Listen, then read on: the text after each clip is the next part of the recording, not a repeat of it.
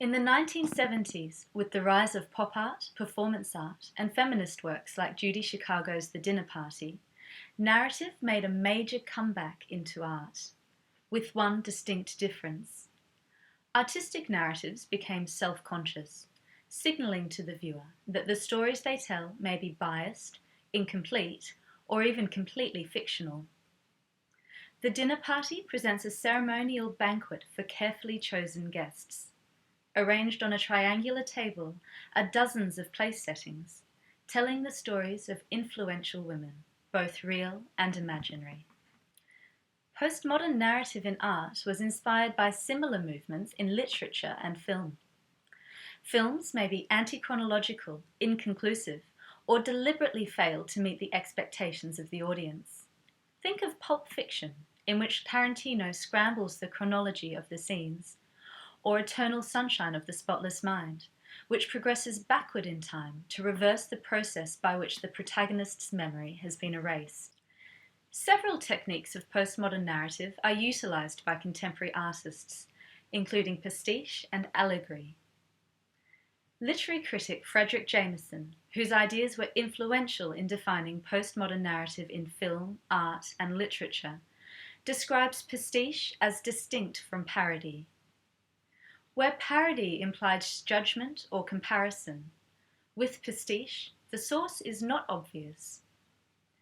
Narrative characterized by pastiche are no longer about direct experience or the real world. Instead, they are a mismatch of vaguely remembered or misremembered fictions about the past, suggestive of something familiar but no longer present in our lives. One obvious cinematic example of this is Star Wars, which was largely based on Saturday afternoon serial movies from the 30s, 40s, and 50s, although these references are not obvious for contemporary audiences. You and I have unfinished business. Baby, you ain't kidding. Similarly, Tarantino uses pastiche to combine the aesthetic styles of past film genres, for example, Kill Bill. In this case, the films he chooses to reference are out of their original cultural context, and therefore are devoid of comparison to the original's cultural norms. Pastiche as a device of postmodern storytelling is exemplified by Cindy Sherman's Untitled film stills.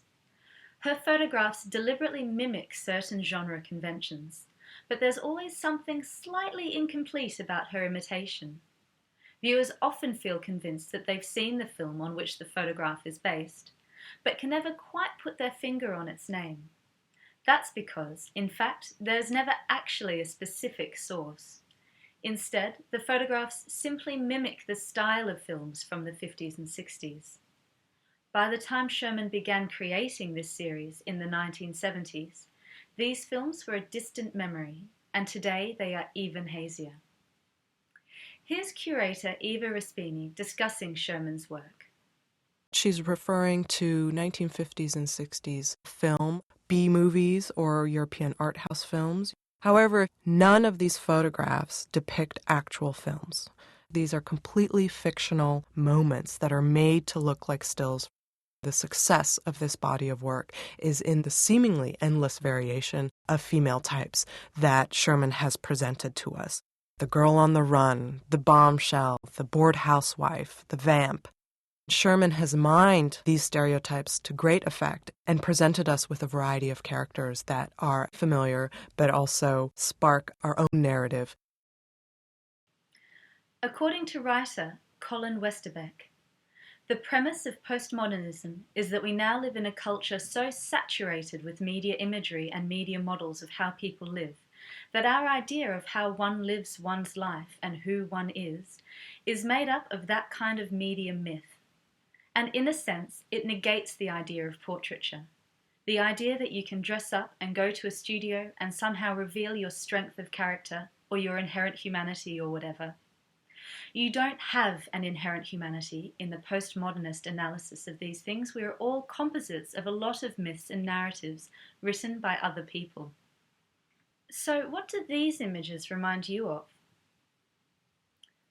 My response to Yvonne Todd's series Seahorsel is quite a personal one, actually.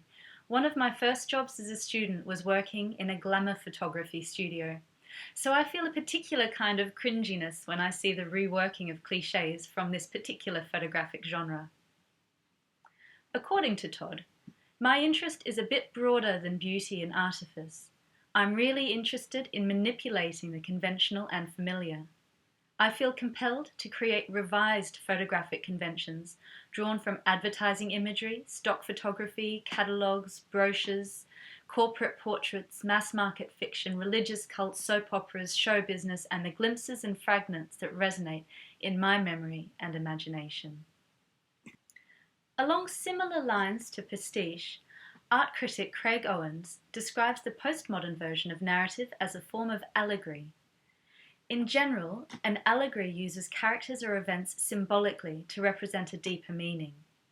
Despite the fact that allegory in art fell out of favour with the demise of history painting, it has returned as an essential feature of postmodern storytelling, as the imposition of new meanings on borrowed images, objects, and narratives. In her 2001 series, The Last Days of Pompeii, Eleanor Antin stages the final, catastrophic days of Pompeii in the affluent hills of California. Her large-scale photographs are filled with costumed actors and cliched props that suggest a Hollywood fantasy, costume dramas, and reference to the absurdly overwrought depictions of Roman decadence in history paintings. In The Golden Death from this series, the imagined citizens of Pompeii are literally drowning in the excess of their own wealth as they lie asphyxiated beneath a mountain of gold coins, an ironic parable of American culture in the throes of overconsumption. The Last Days of Pompeii is so over the top that it is clearly not real history. Rather, it represents symbolically the unhappy fate of indulgent, self-absorbed societies that ignore the warnings of imminent catastrophe. According to Antin, we finished this piece 2.5 weeks before 9/11, so the relationship between America as this great colonial power and Rome were extremely clear to me.